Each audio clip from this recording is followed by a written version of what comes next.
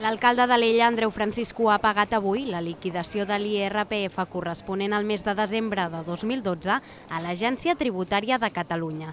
L'Ajuntament alellenc ha decidit ingressar a partir d'ara els tributs d'IVA i de l'IRPF directament en aquest organisme de la Generalitat de Catalunya. Andreu Francisco ha estat acompanyat de membres de la plataforma Catalunya diu prou, que aplega empresaris catalans que ja fa prop d'un any que porten a terme la campanya d'insubmissió fiscal amb l'Estat i paguen els seus impostos a l'Agència Tributària de Catalunya. Francisco entén que l'acció d'avui és un gest cap a la sobirania fiscal.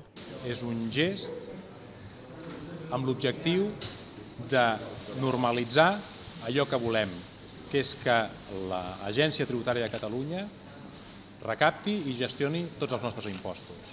I és per això que l'Ajuntament d'Alella, l'Ajuntament de Gallifa i d'altres empresaris i professionals han decidit d'ingressar els nostres impostos, alguns ja des de fa prop d'un any, en aquesta agenda, complint escrupolosament les nostres obligacions tributàries en un acte que considerem de sobirania fiscal. En un futur immediat s'assumin més empresaris, més professionals i d'altres administracions locals per tal que un dia això que en l'actualitat l'Administració Tributària de Catalunya transfereix a l'Estat espanyol deixi de transferir-ho.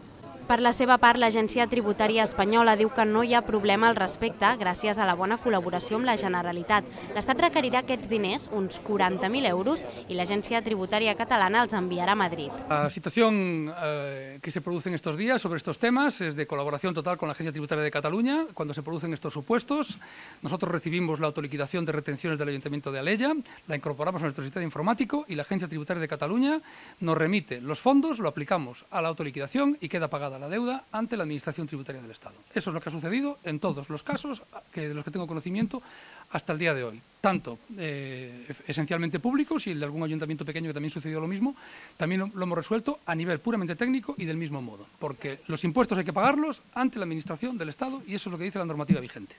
El PSC d'Alella s'ha posicionat en contra de l'acció portada a terme per l'alcalde.